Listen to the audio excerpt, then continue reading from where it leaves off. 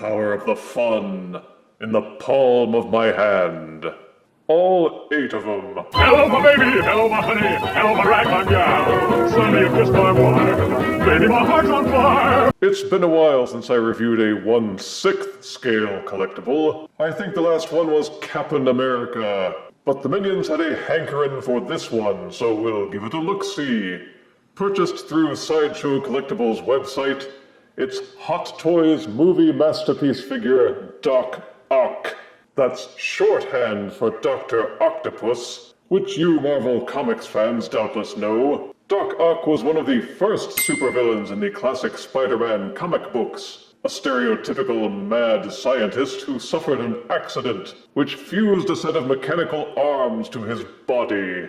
This representation is from the cinematic universe, namely the Spider-Man No Way Home movie, which was also lifted from the non-MCU Spider-Man 2 movie.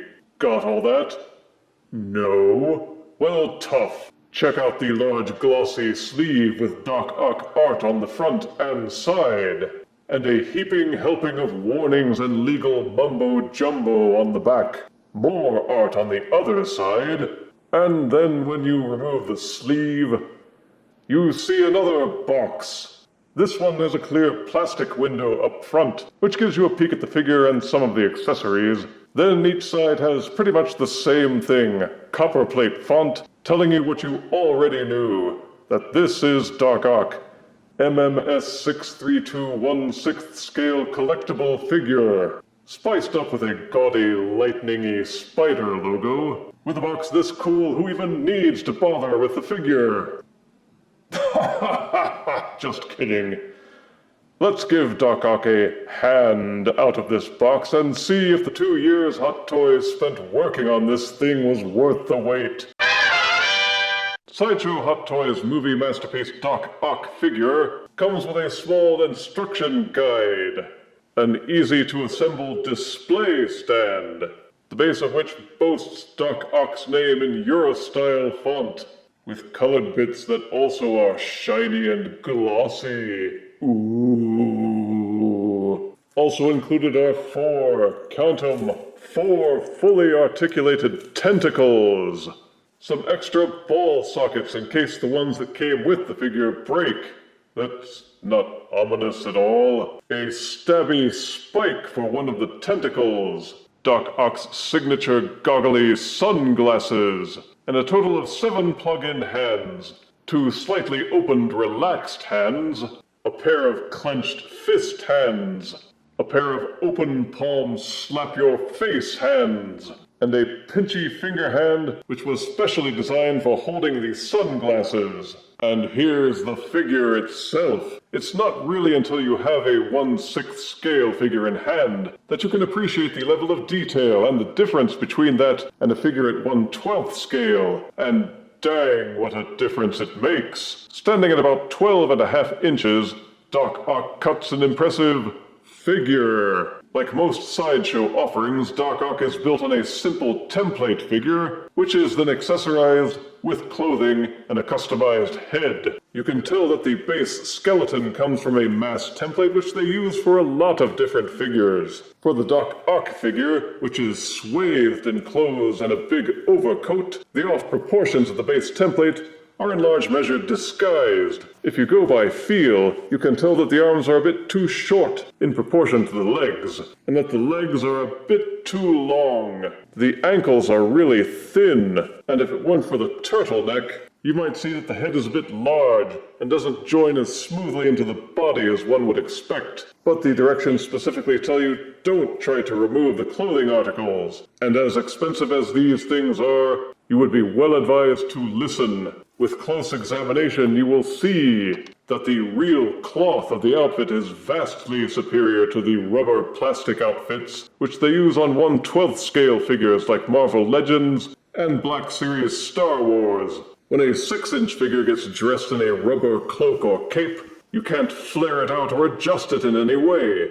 It's stuck in whatever form they used for the injection mold. Because with a 1/12 scale cloth outfit, it won't stitch or drape properly, and they always look like a kindergartner tried dressing them up with construction paper. Bump it up to 1/6 scale, though, and the cloth clothing looks a heck of a lot better. Doc Ock's outfit is a base dark green bodysuit that seems to conform to the frame well. The pants have stitched belt loops. Stitched pockets on the hips, thighs, and shins hike up the cuffs. And his be-shoed feet are even wearing cloth socks. The shoes are all molded plastic, but they include treads, and each shoe is cheekily stamped with the Marvel and Hot Toys logos. At the waist, there is the tentacle harness clamped around his body, molded with all the buckled detail a movie geek could ask for. The upper body portions are plain except for the turtleneck, but that's not all, because Doc Ock also has his trademark double-layered trench coat. The inner layer has a leather-like texture that isn't just plain cloth, and it even has an inner lining, which is a nice touch. There are stitched pockets, a folded-down collar, and what seems to be a working metal zipper. Now that's keen. Both layers are parted at the back like a cowboy's duster, and each layer has thin metal craft wires embedded at the hems, so you can shape and bunch the layers depending on how you want to display him. So you can make his coat look folded and relaxed, or flared and dynamic, and the outer coat isn't ignored. Certainly none of it feels cheap. It's made with olive green cloth that has a zigzag pattern on it, stitched and detailed excellently. The holes that were made for the tentacle plugs are artfully done, like you saw in the movies, with collars, sleeve straps, buttons, pockets, and all the details you need to let you know that this is a high-end collectible. Moving to the extremities, the hands are interchangeable, all of them molded in greenish rubbery plastic. The hands are easy to remove simply by rotating to loosen them, then pulling them out firmly but gently. You won't want to break them and have to use the replacement plugs. Tab in any of the other hands you like, depending on how you choose to display him. Then there's the head, and the heads are perhaps the trickiest thing to get right on an action figure. The faces on 6-inch figures always look blurred and lose a lot of what makes a character recognizable, unless it's wearing a helmet or a mask. But the 1/6 scale figures go in much more depth, and while it's not perfect, the mouth and nose look much better. The sculpted teeth, the facial structure and wrinkles, and even the hair has more detail, with clearly visible strands and layering which looks much more natural than the hair helmets, which get welded onto smaller figures. And Doc Ock's distinctive pudding bowl haircut looks natural from the front, back, or sides. But wait, there's more.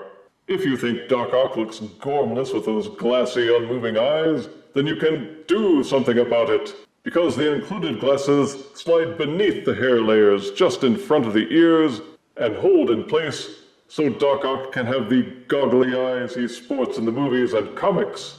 And again, you can use the included hand to hold the glasses if you desire. But how's the articulation? Well, I'll tell you. Doc Ock's head will rotate to the left and to the right. It would rotate all the way, but I don't want to push it. It will also tilt from side to side and nod forward and backwards slightly. Each arm will square up and down at the shoulders. There's a soft ratchet, which will allow them to rotate forwards and backwards. But again, I don't want to rotate it too far because that's where you start to pull at the clothing. And responsible collectors won't risk damage to their figures. If you spread the inner and outer coat apart, you can have freer access to the joints. And it's probably best to rotate the arm that way first, and then ease the cloth back in place. There's an over 90-degree bend at the elbow. Each wrist will rotate in its socket, and an included hinge will allow it to angle up and down about 45 degrees. That's when the wrist cuff starts to get in the way and block motion. There is an ab crunch, but the belt gets in the way a lot. You can also tilt the upper body to the left and to the right just a little bit, but it doesn't hold very well.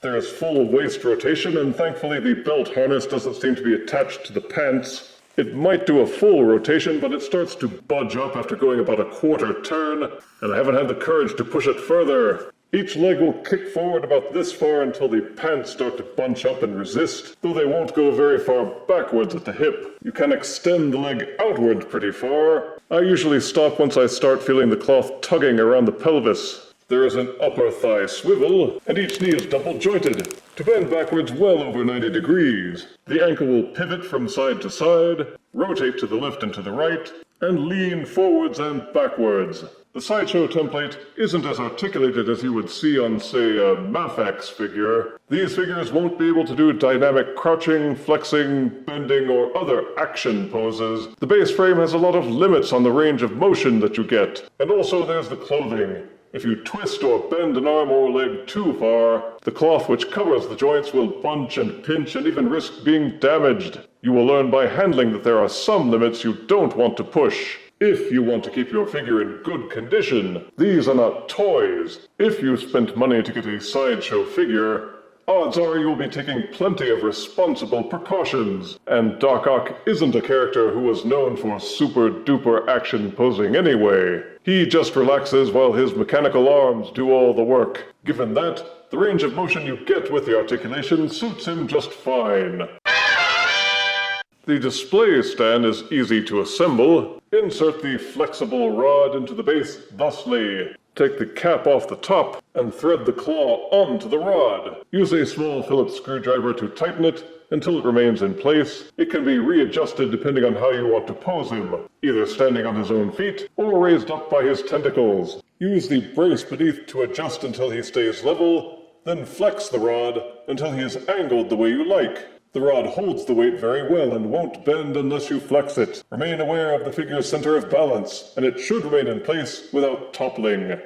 But wait, there's more! Because as neat as all that was, if that was all you got, you'd still probably be disappointed. Because Doc Ock would just be a jerk in a coat if he didn't have these. His mechanical arms are his signature means of attack and defense, and what really gives him presence as a supervillain. And Doc Ock comes with 4 tentacles. 2 of them have more tapered claws at the end, while the other 2 have the heavier claws that he uses to hoist himself up. Each tentacle has a decent feeling of weight to it. They don't feel flimsy, though you should still handle them gently. The directions advise against using excessive force or sharp bends. The tentacles are made of individual triangular segments, which are joined together between by wires. Each segment can be flexed along the point of each triangle in and out. No one segment can bend very far, but if you bend all the segments, then the entire tentacle can bend into almost a full circle. Also, they do not extend. You're stuck with the length that they give you, and from end to end, each tentacle measures about 16 inches. They're all dark gray with painted weathering and scuffing, and along one side, each tentacle has a section where the edges have dirty yellowish-green paint. All of it is meticulously done and looks realistic, and even the inside of the tentacles are slopping over with detail.